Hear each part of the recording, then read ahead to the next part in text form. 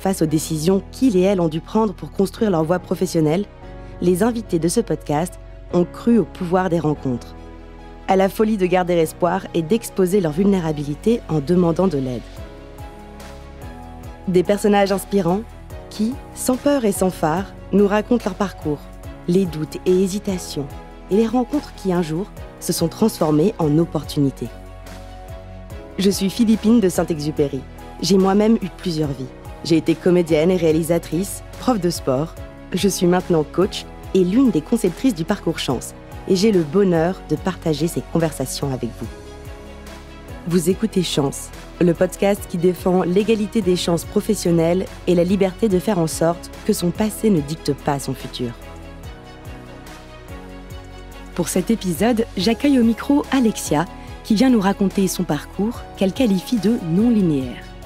Au lycée, Alexia a eu du mal à trouver son orientation et a foiré ses études, pour reprendre son expression. Alexia est entrée sur le marché du travail en saisissant les opportunités et a développé des compétences sur le terrain, mais nous raconte les difficultés quand on n'a pas exactement le bon diplôme. Enthousiaste, super active et toujours avec le sourire, Alexia nous raconte aujourd'hui son retour sur les bancs de l'école et comment, à 31 ans, elle va avoir un nouveau diplôme et commencer un métier qu'elle aime et qui a du sens pour elle. Bonjour Alexia. Bonjour Philippine. Merci beaucoup d'avoir accepté notre invitation pour cet épisode. Merci pour l'invitation, c'est un plaisir. Plaisir partagé. Et ce que je te propose, c'est de commencer par nous raconter ton histoire, comment tu en es arrivée là aujourd'hui, qu'est-ce qui t'a amené à vouloir envisager un travail d'introspection et de bilan de compétences. Ok.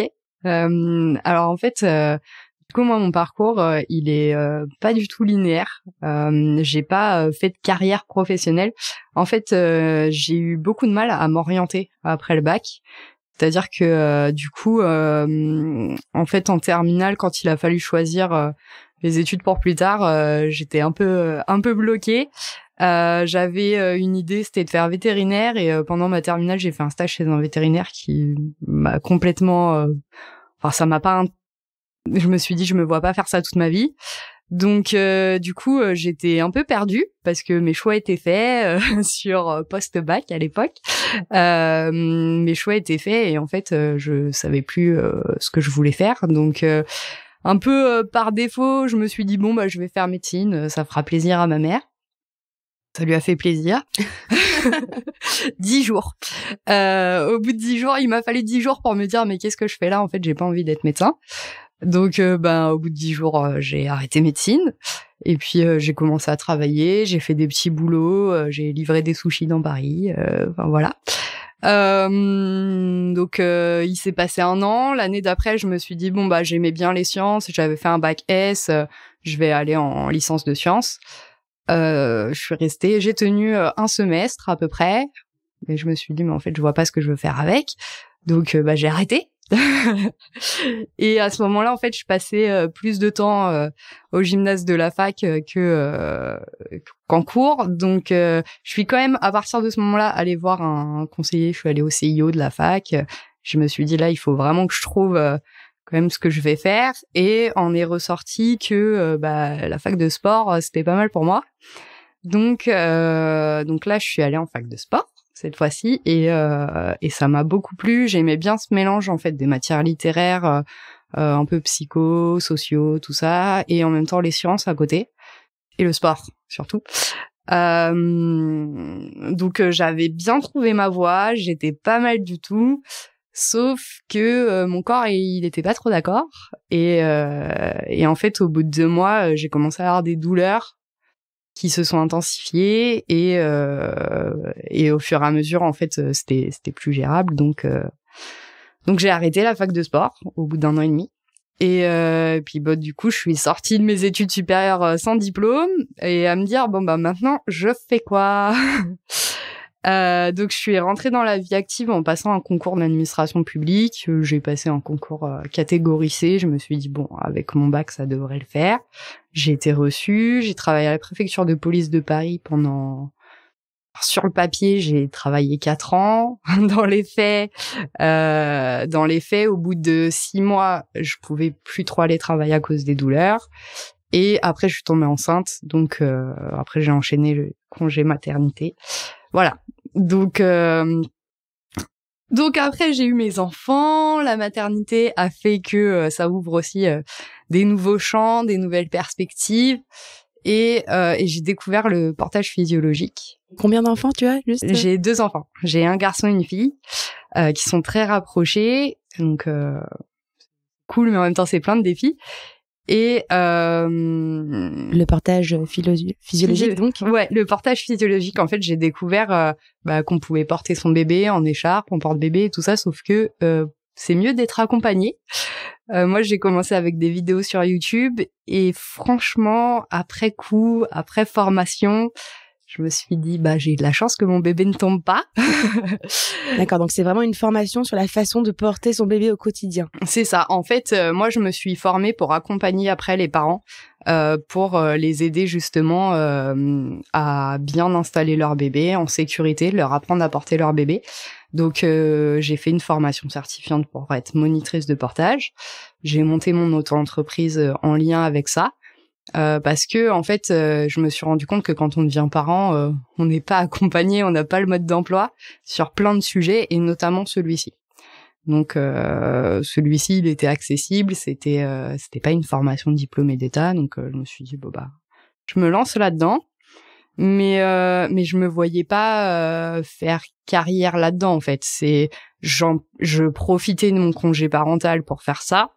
Parce que en même temps, ça me permettait aussi d'avoir des horaires libres pour pouvoir m'occuper des enfants.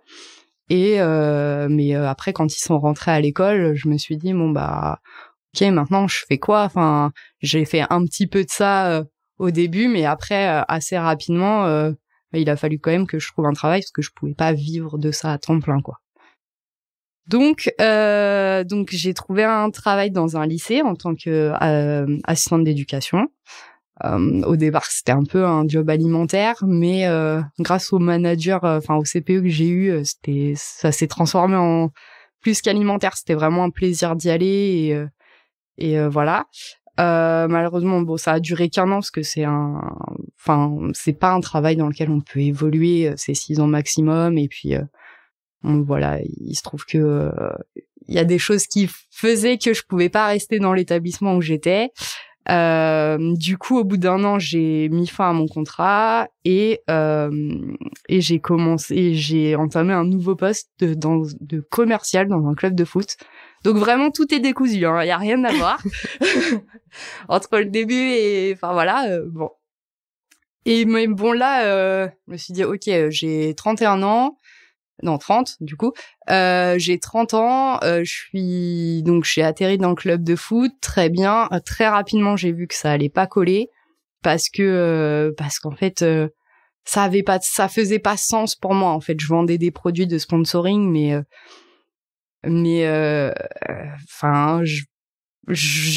c'est pas que j'y croyais pas, mais ouais, ça faisait pas sens, ça me parlait pas et l'environnement de travail était très macho, club de foot, pardon pour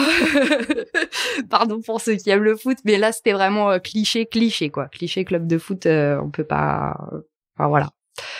Et du coup là je me suis dit là je suis tombée sur une vidéo chance, ça faisait un moment que je voulais faire un bilan de compétences mais j'en avais pas la possibilité pour XY raison, parce que ça coûte cher, parce que ceci, parce que cela. Il se trouve que grâce à l'auto-entreprise, j'avais des sous sur mon CPF, ce qui est plutôt bien. Et du coup, je me suis dit pourquoi pas faire ça. Et comme en plus, ça collait pas avec le club de foot, je savais que ça perdurerait pas. Donc, il se trouve que au bout de 3 mois, ils ont pas renouvelé ma période d'essai. Enfin, ils ont pas prolongé mon contrat. Donc chômage et puis du coup, j'ai pu faire mon bilan chance tranquillement. Voilà. Merci pour ce partage. Effectivement, beaucoup d'expériences variées et beaucoup de spontanéité, c'est ça.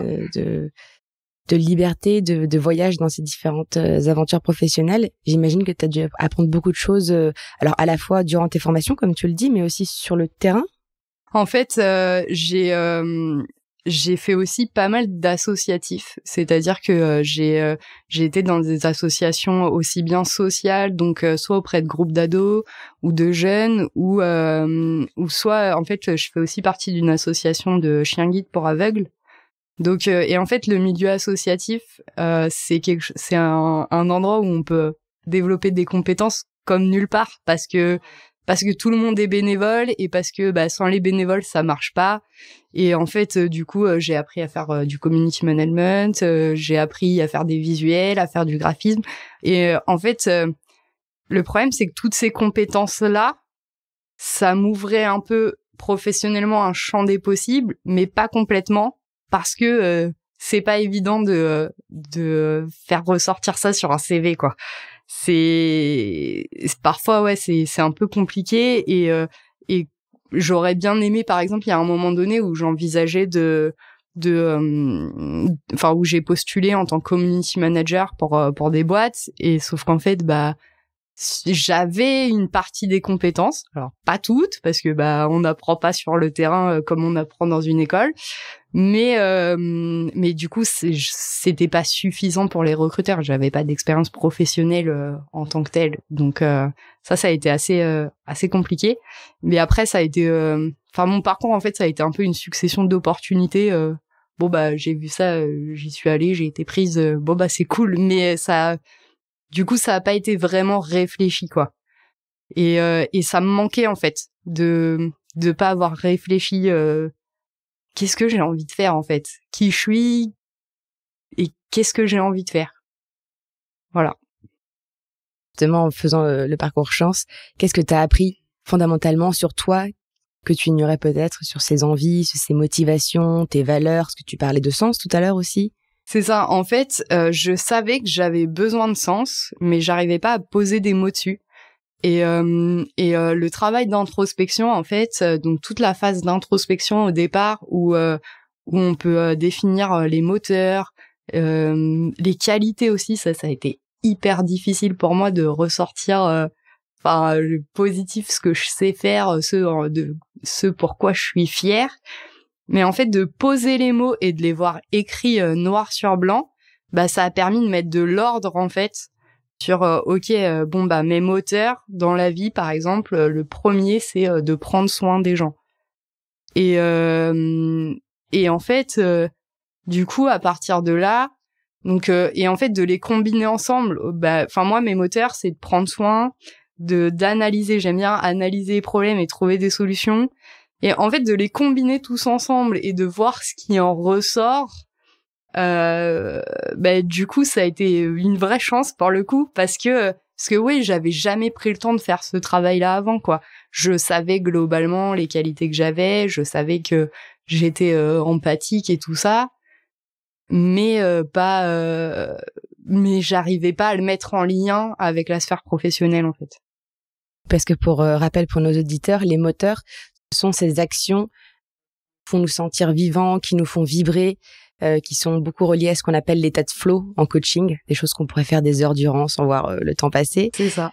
Et ces actions, comme tu dis si justement, ces moteurs, en les combinant, peuvent donner naissance à des pistes de métiers et donc de projets professionnels qui ne sont pas uniquement composés du métier, puisqu'il y a aussi le sens, la finalité, les impératifs financiers, etc.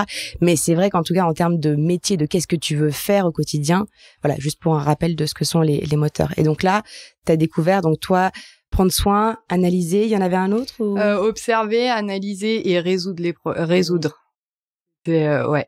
Après, il y avait bouger, mais du coup, les limites de mon corps ont fait que celui-là, j'ai dû l'enlever parce que je pouvais pas. Les métiers qui ressortaient, qui étaient trop en lien avec le mouvement, infirmier et tout ça. En fait, je savais que mon corps allait me limiter là-dessus.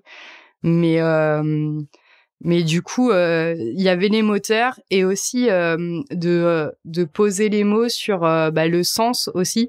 En fait, je savais ce que je voulais pas, c'est-à-dire que du coup avec l'expérience du club de foot, je savais que c'était pas possible pour moi de vendre des trucs auxquels je croyais pas. Enfin, impossible, j'arrivais pas.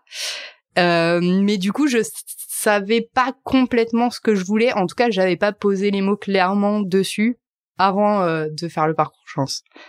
Et le fait d'écrire en fait l'étoile du Nord, en une phrase, qu'est-ce que je rêverais de faire, enfin de décrire en une phrase de projet professionnel, bah ça a été vraiment un déclic de me dire ok, moi j'ai envie de me lever tous les matins pour travailler dans une boîte à impact, donc à impact social ou environnemental, mais j'ai envie de mettre mes compétences au service d'une entreprise qui a envie de changer les choses, de faire du bien aux gens, quoi. Et d'identifier ça, ben en fait ça ouvre plein de possibles, plein de portes, parce que j'avais ce que je veux faire globalement, à peu près dans quel sens je voulais aller, mais j'avais pas de métier. C'est-à-dire que on m'aurait dit tu seras femme de ménage pour une boîte à impact, ça m'aurait très bien convenu, comme on m'aurait dit tu seras chef de projet, en fait tout pareil, tout au même niveau. C'est-à-dire que j'avais pas vraiment identifié des compétences que j'ai spécifiquement. Et ça, par contre, du coup, pendant l'exploration de métier, ça a été un peu pas évident parce que du coup, j'avais identifié, ok, la boîte à impact, tout ça, mais après, tous les métiers qui étaient ouverts et qui ressortaient, bah, j'avais envie de tout faire. C'était, je me projetais dans tout, à part les trucs trop physiques, mais sinon je me projetais dans tout, donc c'était pas évident. Et ça a été une grosse phase d'interrogation avec mon coach, du coup. Et alors, qu'est-ce qui t'a permis de faire ce travail un peu d'élagage ou d'entonnoir ? Bah en fait, du coup, il y a eu un moment où voilà, j'ai repoussé un peu la séance de coaching liée à cette phase-là, parce que j'étais bloquée, j'arrivais pas à avancer. Enfin, il y avait, oui, trop de possibilités, ça me parlait, mais en même temps, soit ça impliquait des reprises d'études trop longues, soit, enfin, il y avait, et en fait, ce qui me bloquait vraiment, c'était que j'avais l'impression qu'en choisissant quelque chose, ça allait déterminer mes 30 prochaines années. Et du coup, on s'est vu avec mon coach et on a fait le point et je lui ai dit mais enfin là j'arrive pas, enfin ça me faisait peur en fait d'avoir l'impression de choisir et d'avoir peur de me tromper encore et du coup en fait je sais plus si c'est venu de lui ou si c'est venu de moi, mais enfin en fait on a fait un peu le travail ensemble. C'est qu'en fait j'ai compris que ben non, mais en fait choisir c'était pas renoncer. Donc si je choisissais une voie, je renonçais pas à toutes les autres et surtout c'était pas définitif.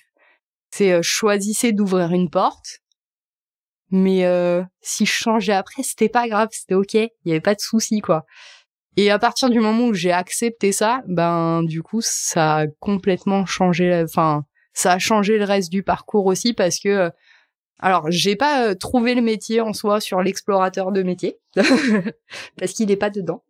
Mais par contre en fait je l'ai trouvé grâce à Eric, mon coach, parce que à un moment donné je me suis dit OK, je veux travailler pour une boîte à impact. Bah si j'allais voir sur Welcome to the Jungle les métiers proposés par Chance en ce moment. Et puis du coup, je me suis dit bah ça colle bien, moi je travaillerais bien chez eux, ils ont l'air cool. Direct à la source, allons-y. Bah voilà, tant qu'à faire, enfin ça collait bien avec mes valeurs, avec ce que j'avais envie de faire et tout ça. Donc j'ai regardé un peu les métiers proposés et puis on l'a fait ensemble avec Eric et puis il me dit bah regarde, il y a un métier il y a un poste de Customer Success Manager. Oui, bon, c'est quoi? Il me dit franchement, je trouve que ça correspond plutôt bien à ton profil, analyser, observer, être empathique. Peut-être qu'on peut préciser aussi en français l'intitulé de ce poste et ça recouvre. Tout à fait. En fait, du coup, j'ai creusé après. Donc, Customer Success Manager, en fait, c'est quelqu'un qui va regarder un petit peu le parcours du client et faire en sorte d'optimiser chaque étape du parcours pour que le parcours du client il soit le plus fluide possible. Et en fait, de manière vraiment proactive, il va identifier les problèmes que le client pourrait rencontrer et qui pourraient faire que il n'utilise pas le produit qu'il a acheté ou la solution qu'il a acheté. et du coup il renouvelle pas son contrat à la fin. En gros, c'est faire en sorte que le client il soit satisfait du produit qu'il a acheté. Et aussi, tu me disais optimiser du coup le produit à travers les retours clients. C'est ça, tout à fait. Ouais. Et après faire aussi avoir les retours des clients, enfin voir l'utilisation des clients et faire remonter du coup à l'équipe l'utilisation des clients, et éventuellement faire des modifications sur le produit en fonction de ça. Voilà. Et donc cette croyance limitante finalement que tu as déconstruite, qui était choisir ce n'est pas renoncer. C'est ça. Ça a été quoi le lien avec cette croyance et cette offre que tu as vue? Est-ce que du coup tu t'es dit je peux faire ça et puis on verra bien, et c'est pas déterminant pour les 30 prochaines années, c'est quelque chose comme ça? C'est ça. En fait, je me suis dit et ça a été vraiment quelque chose qui s'est ancré avec le temps. Donc je pense que là, en termes de délai, on est à peu près en janvier-février de cette année. Je me suis renseignée sur les formations de Customer Success Manager. J'ai essayé aussi d'entrer directement en poste, mais enfin clairement, au vu de mon parcours, c'était pas facile, et j'ai passé des entretiens et tout ça, mais ça a pas abouti, et je comprends en fait. Enfin, c'est tout à fait normal. Donc j'ai commencé une formation, et là vraiment pendant la formation, je me suis dit mais en fait je sais que je vais pas faire ça toute ma vie. Je sais que alors là je vais finir ma formation parce que déjà on va commencer par là. Et ça c'était une peur aussi que j'avais, c'était de pas aller au bout du parcours chance, de commencer un truc et de pas finir. Et là c'est pareil pour ma formation. Je sais qu'à un moment donné, ça va un petit peu, je vais un peu décrocher, j'aurais eu l'impression d'avoir un peu vu l'ensemble et j'aurais envie d'arrêter, mais j'ai envie d'aller au bout parce que c'est important pour moi d'avoir enfin un diplôme, même à 31 ans, parce que finalement, après mes études, je l'ai pas eu ce diplôme, et là j'ai vraiment envie d'aller au bout. Et en tout cas, je me dis, voilà, ok, je vais au bout de mon diplôme. Si je fais ça 1 an, 2 ans, et peut-être après, je ferai autre chose. Et j'ai déjà des pistes pour après. En fait, quand on a fait le bilan, là, en septembre, avec Eric, je lui dis, en fait, j'ai ouvert une porte qui m'a ouvert plein de voies. Et pour l'instant, voilà, je suis sur le palier de la porte. Je vais voir un petit peu, je vais découvrir ce qu'il y a dans la pièce. Puis après, j'irai ouvrir les autres. Mais c'est pas, voilà, il y a pas de souci en fait avec ça. C'est pas grave si dans 5 ans je change encore, ou dans 2. Ouais, donc il y a un changement d'état d'esprit, et il y a peut-être aussi, tu me dis si je me trompe, mais aussi une méthode qui a été acquise pour la prochaine fois où tu veux faire une bifurcation. Finalement, tu sauras comment t'y prendre. Déjà, je sais qui je suis en fait. Cette étape d'introspection, elle m'a vraiment, enfin, pour moi, c'est vraiment ça le plus riche, parce que j'aurais, en fait, on m'aurait donné ça au lycée, ça aurait été trop bien, quoi. D'ailleurs, j'ai envoyé un message à Ludovic de Gromard un soir à 2h du matin, sur LinkedIn, en lui proposant cette idée de mettre en place l'introspection pour le lycée. Il m'a dit oui, c'est vrai, c'est une bonne idée. On avait ça dans les tuyaux. Voilà.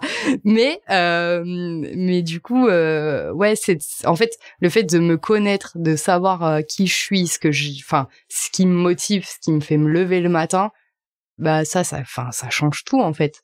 Peu importe le métier, il est important, mais pas tant que ça, à partir du moment où en fait c'est aligné avec mes valeurs et aussi avec mes contraintes, et voilà, il faut que l'ensemble colle, mais au global, pour moi, il faut avant tout que ce soit en alignement avec mes valeurs et avec ce qui me motive. Sinon je peux pas, c'est comme ça, je peux pas.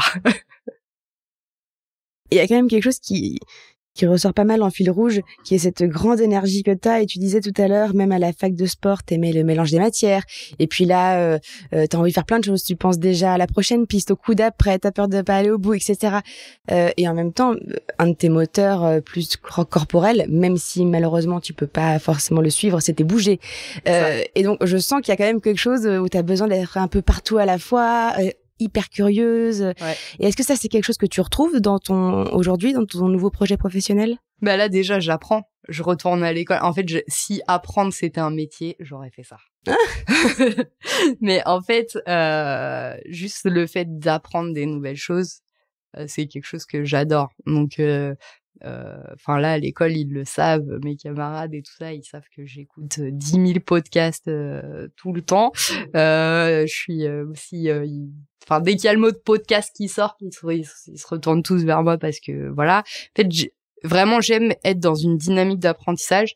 Et là en fait dans le métier que j'ai choisi, ce que j'aime c'est que tous les jours c'est pas la même chose. D'autant plus que là je suis en alternance dans une start-up. On démarre vraiment, on lance une application de contrôle parental positif des écrans et en fait on est vraiment à ce stade de démarrage où une semaine je fais de la construction de communauté, la semaine d'après je réfléchis au parcours client, la semaine d'encore après, enfin et en fait toutes les semaines je fais quelque chose de différent et toutes les semaines je sors de ma zone de confort parce que il faut que j'apprenne comment on fait. Et en fait, moi, ça, oui, c'est quelque chose que j'adore faire. Donc après, je me dis, c'est pour ça que j'ai compris que je ferais pas ça toute ma vie, parce que quand j'aurai l'impression de plus rien apprendre, il va falloir que je change en fait. Et bah c'est comme ça. Enfin, j'ai juste accepté ça et accepter de me dire que ben c'est mon fonctionnement et enfin à partir du moment où j'arrive à rebondir et à faire quelque chose qui me plaît, ben tout va bien quoi. C'est même une super boussole en fait quand on y pense, parce que tu disais il y a pas que le métier et comme tu le sais chez Chance, ça fait partie de la méthode hein. Un projet professionnel, c'est 4 piliers, le métier n'est qu'un des 4. Et justement, un autre pilier, c'est l'environnement. Bah, toi, a priori, il faudrait un environnement dynamique, dans lequel on te donne la chance d'apprendre, d'évoluer, etc. Complètement. Ça faisait partie aussi des critères, c'est je voulais pas faire la même chose tous les jours. Pour moi, c'est impossible, de faire des tâches répétitives j'ai fait ça hein, quand je travaillais dans l'administration, je faisais des papiers d'identité toute la journée. Il n'y a pas plus répétitif, je crois, à part le fait que les gens devant nous ils changent quoi. Mais sinon c'est le même process. Et en fait, c'était pas possible. Enfin, les 2 premiers mois c'était super cool, j'adorais, j'apprenais. Mais au bout de 2 mois j'avais compris et j'ai besoin, voilà, mon cerveau il a besoin d'être nourri et ouais, j'aime bien apprendre, donc T'aimes bien apprendre et aussi être dans cette dynamique d'action. Tu parlais même au lycée, le stage que t'as fait dans le cabinet de vétérinaire, et puis ensuite quand t'allais sur le site de Welcome to the Jungle pour l'exploration des métiers. C'est un peu cet aller-retour entre rêve et réalité, entre théorie et pratique. Ça, c'est quelque chose qui a l'air assez puissant quand même dans la définition d'un projet, non? Ouais, en fait, je pense que, en fait, j'aime bien tester. J'ai pas mal d'idées souvent et j'aime bien les tester. Donc bah c'est ça qui m'a amené à construire mon entreprise de portage physiologique, mettre en auto-entreprise. Après ça, je me suis dit bah tiens, je ferais bien des colliers d'allaitement pour les parents mais fabriqués en France. Alors j'ai testé. Puis ouais bah oui d'ailleurs ils sont toujours t'as des cartons toujours oui j'ai des cartons. La dernière fois j'ai une maman qui m'a demandé vous les vendez toujours? Je fais bah il doit m'en rester mais plus trop, mais oui si vous voulez voilà. Mais et puis bon bah OK, j'ai testé, j'ai essayé, ça a marché plus ou moins et puis bah je suis passée à autre chose. Enfin en fait voilà, effectivement j'ai une idée, je vais l'essayer, ça marche tant mieux, ça marche pas tant pis. Mais effectivement j'aime pas juste rester avec mon idée quoi. Je peux pas dormir. C'est embêtant. C'est pour ça que je me retrouve à 2h du matin à envoyer un message à Ludovic. Parce que du coup, je lui ai transmis l'idée, c'était plus mon problème. Ouais. Et justement, en parlant de ta micro-entreprise, est-ce que c'est quelque chose que tu reconsidères faire un jour? L'entrepreneuriat, oui, je pense. Mais pas sur le même domaine, je pense. En fait, parce que bah c'est pareil, j'ai un peu exploré le domaine et c'est bon. Enfin, voilà. Mais en termes de statut, de façon de travailler, etc. C'est ça. En fait, par contre, je pense que ce que je reconsidère, c'est le fait d'être auto-entrepreneur, ou de monter une entreprise, mais peut-être de conseil alors je sais pas encore trop, mais ça aura un lien avec probablement le marketing, la communication et le service client quand même un peu, mais plus ouais. C'est un petit peu quand même. Un petit peu. Non, mais je pense du conseil aux entrepreneurs, parce que quand on est entrepreneur, il faut savoir tout faire surtout, et aussi gérer la vie pro, la vie perso et tout ça. Et en fait, il y en a beaucoup qui sont bons dans ce qu'ils font pour leurs produits, mais sur tout le reste, ils sont peut-être un peu largués ou autre, et faire du conseil là-dessus, ouais. Et en parlant de vie pro, vie perso, si on revient sur ta maternité, comment ça a impacté ta vie professionnelle ? Alors en fait, ce qui a été, alors bon, factuellement, ça a pas été très très compliqué au départ, parce que mon corps de toute façon a fait que j'étais limitée, je pouvais pas aller travailler, j'étais en arrêt maladie à ce moment-là. Mais après, dans ma façon d'être et tout ça, enfin en fait, c'était compliqué pour moi de me dire qu'il fallait, de mettre mes enfants à la crèche ou de les faire garder. En fait, pour leurs 3 premières années, c'était important pour moi d'être là pour eux. Et que un de nous deux, ou leur père ou moi, soit là pour eux. Mais et du coup, mais par contre, j'étais pas faite pour être mère au foyer. C'est-à-dire que ça a été plus que ça, parce que je les ai enchaînés. Ils ont 16 mois d'écart, donc on va dire que je suis restée 4 ans et demi à la maison à m'occuper d'eux, le temps que les deux rentrent à l'école, et ça a été très très long. Voilà, je pense que il y a des personnes qui sont faites pour ça, d'autres non. Alors j'avais envie de le faire, je l'ai fait, j'en suis fière, mais j'étais très contente de retourner au travail après. Ça m'avait manqué, et voilà, et ouais, en ça a changé.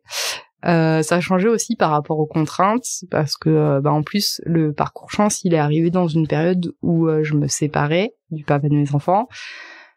Donc au niveau de la gestion, il a fallu un peu tout revoir parce que on fait une garde alternée, tout ça, mais bon, même en garde alternée, c'est pas évident de reprendre des études, de concilier l'alternance, les enfants, voilà, mais ça va, ça sort.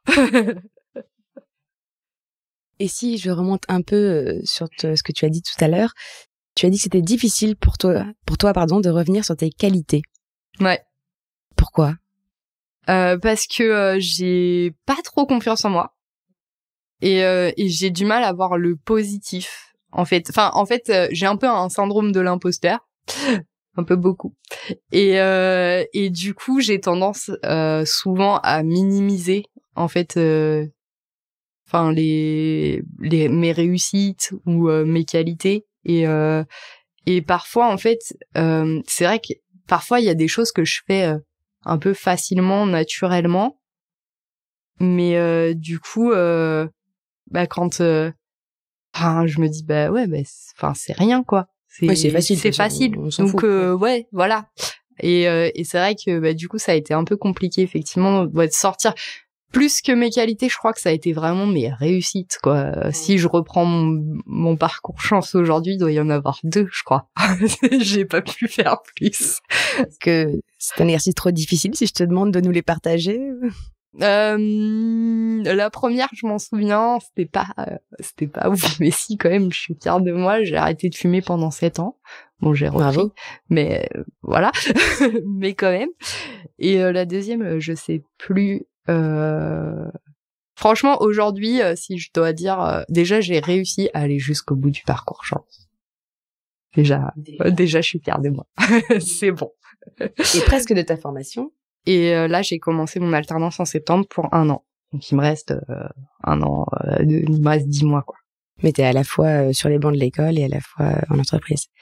D'ailleurs, en parlant de bancs de l'école, c'est pas trop difficile de reprendre les cours à 30 ans quand je sais pas, il y a des personnes qui m'ont déjà dit, mais moi, je sais pas si je suis capable encore d'ingurgiter autant d'informations, d'apprendre, de m'organiser, puis le soir de retrouver mes enfants pour ceux qui en ont, et puis de continuer à réviser. Voilà, tout ça, comment tu l'as vécu ? Alors, on va pas se mentir que c'est fatigant. C'est mentalement, franchement, c'est vrai que les 2 premiers mois, ça a été, enfin, on a l'impression d'avoir un peu la tête qui explose parce que, voilà, mentalement, c'est quand même très stimulant. Ils sont spécialisés dans les reconversions professionnelles. En fait, la tranche d'âge, c'est entre 25 et 50 ans, quoi. Donc, on est quand même avec des profils enfin, moi, je suis avec des profils qui me ressemblent, et du coup, la dose d'information est quand même importante, mais il s'adapte aussi forcément. Enfin, si à la fin c'est pour que tout le monde rate son diplôme, ça sert à rien, quoi. Donc forcément, il s'adapte aussi. Mais voilà, en gros. Après, c'est vrai qu'en termes d'organisation, ça demande quand même d'être bien rigoureux et enfin surtout, bah voilà, moi dans ma situation, les jours où j'ai mes enfants, faut que je sois à l'heure. Enfin, il y a pas de place pour l'imprévu, quoi. C'est un petit peu dur. Après, je me dis que c'est une étape, en fait. Je me dis, ok, c'est ce que j'ai dit aussi à mes enfants parce que bah voilà, ma fille, elle a 6 ans, elle voulait partir en vacances cet été et dit oui, mais on part pas en vacances. Je fais oui, bah écoute, c'est pour qu'on parte en vacances l'année prochaine. Enfin, à un moment donné, il faut faire des choix et moi, j'ai choisi de reprendre mes études pour avoir un meilleur salaire après, pour avoir une meilleure qualité de vie, pour faire un métier que j'aime et bah ça demande des concessions. Ouais, des concessions, ouais. Ça, c'est un mot important, j'imagine. Quand on travaille sur ces impératifs de vie, géographiques, financiers, c'est non négociable, etc. C'est pas tout rose et parfois il faut aussi faire des choix. Bah, c'est ça. Et en fait, après moi, le choix, il a été quand même relativement vite vu. J'avais pas de diplôme à part mon bac. C'était pas, enfin, j'ai fait des entretiens pour des CDI, mais voilà. J'ai été quand même assez vite refusée.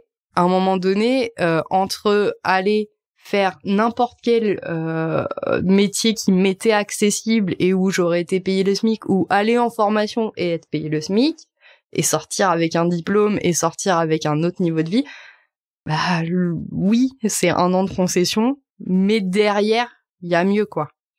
Que la transférabilité de compétences que tu pouvais justifier en entretien n'était pas suffisante? Non. À chaque fois, si déjà quand ça allait bien, j'avais des entretiens et c'était pas tout le temps et à chaque entretien, voilà, ça collait pas, quoi.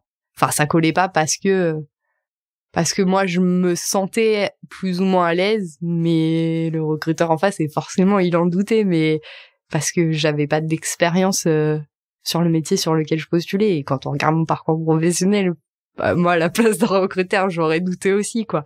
C'est normal. En tout cas, pour ce projet pour lequel, en termes de faisabilité, oui. En termes de compétences, il y avait besoin d'une formation. Oui, c'est ça. C'est ce qu'on voit dans le parcours, d'ailleurs. C'est ce qu'on appelle donc la faisabilité. Parfois, il y a une transférabilité de compétences et parfois, il y a un delta à franchir en termes et ça se fait par une formation plus ou moins longue. D'ailleurs, comment t'as choisi ta formation? En fait, j'ai grâce à LinkedIn, j'ai commencé à créer du contenu sur LinkedIn, donc déjà ça m'a ouvert pas mal de portes. Super active, j'ai vu, et des super posts, hein, félicitations. C'est gentil.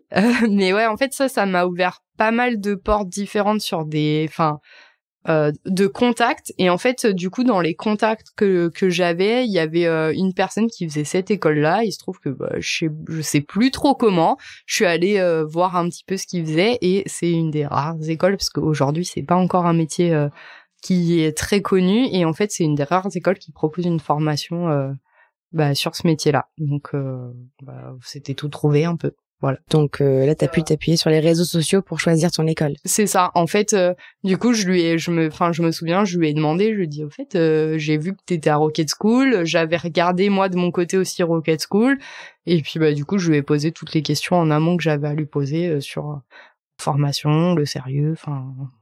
Faire ton enquête, quoi. Oui, voilà, c'est ça. Le parcours, il accompagne à poster sur les réseaux sociaux justement pour rencontrer les bonnes personnes. Mais toi, c'est vrai qu'on sent quelque chose aussi d'assez naturel, en tout cas un talent, une qualité, une compétence à travailler sur les réseaux sociaux, des messages impactants. Ce serait quoi tes conseils pour toucher les bonnes personnes? Alors, moi, je pense que en premier conseil, c'est peu importe ce que vous avez à dire, dites-le.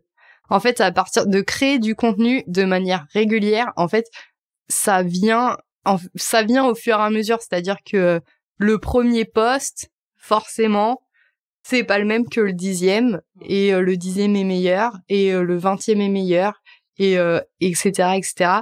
Et en fait, c'est le fait de, au départ, se dire bon bah allez, je me lance et peu importe. Enfin, moi, j'ai rien à vendre. À part, à ce moment-là, je me suis dit, j'ai rien à vendre à part moi. Faut que je me vende. Donc, pour être employable, il faut que je me vende. Donc, bon, ça va, j'ai fait ça en tout bien, tout honneur. Mais en fait, je me suis dit, ben, moi, je suis naturelle, je vais écrire comme je parle et sur les sujets qui m'importent. Donc, bon, bah, en l'occurrence, je suis famille d'accueil pour des élèves chiens guides. Donc, le sujet du handicap, ça me parle. Le sujet de l'entrepreneuriat, ça me parle. Le sujet, la maternité, ça me parle. Et bah, du coup, je fais ça un peu, aujourd'hui, je fais ça au feeling. Et, après, au départ, c'est juste se dire, bon, bah, ok, chaque jour, je fais un post plus ou moins long. Mais vraiment, moi, je le conseille à tout le monde parce que ça ouvre des portes. À partir du moment où j'ai commencé à créer du contenu, alors que j'avais rien à vendre, j'ai un chasseur de tête qui m'a contacté. Il m'a dit, bah, tiens, j'ai vu que tu cherchais un poste, tu cherches quoi comme poste? Enfin, ok. J'ai eu 3 ou 4 entreprises qui m'ont contacté pour des entretiens. Enfin, vraiment, je me suis dit, mais ça du jour au lendemain, j'envoyais des CV, j'avais 0 entretien, et là, c'est les entreprises qui venaient me voir pour me proposer des entretiens. Je me suis dit, bon, au final, ça aboutissait pas parce que mon CV, une fois voilà, après, ça collait pas, mais bon, bah, ça m'a vraiment ouvert des portes plus que si j'avais juste contacté un tel pour qu'il me mette en relation avec un tel. Enfin, ou en tout cas, c'est complémentaire, mais ça a fonctionné, quoi. Oui, c'est ça, ouais. Donc, oser, être naturel, parler de sujets qui nous tiennent vraiment à cœur. Ouais, être authentique. Authentique, voilà, tout à fait. Et la régularité. Ouais, c'est ça aussi. Voilà, en gros, un bon résumé. Et j'aimerais te poser une dernière question. Dans plusieurs années, quand tu seras à la fin de ta carrière professionnelle, quand Alexia va regarder dans le rétroviseur, qu'est-ce que tu aimerais qu'elle voie? Je crois que j'aimerais me dire que ce que j'ai fait, ça a été utile pour des gens. Ça a peut-être changé des vies ou en fait, de me dire que j'ai contribué à faire un monde meilleur pour mes enfants. Aussi. Une société globalement meilleure. Ce qui rejoint ton étoile du Nord dont tu nous parlais tout à l'heure. C'est ça, tout à fait. Et bien sur cette belle conclusion, je te laisse. Merci encore Alexia d'avoir accepté cette interview. Merci à toi Philippine. Bonne soirée, à bientôt. Bonne soirée à toi aussi. Merci d'avoir écouté Chance, le podcast qui défend l'égalité des chances professionnelles et la liberté de faire en sorte que son passé ne dicte pas son futur. Vous pouvez retrouver nos épisodes sur toutes les plateformes de podcast. Et si ce témoignage vous a plu, vous pouvez laisser des étoiles, m'écrire des commentaires et n'hésitez pas à en parler autour de vous. À bientôt.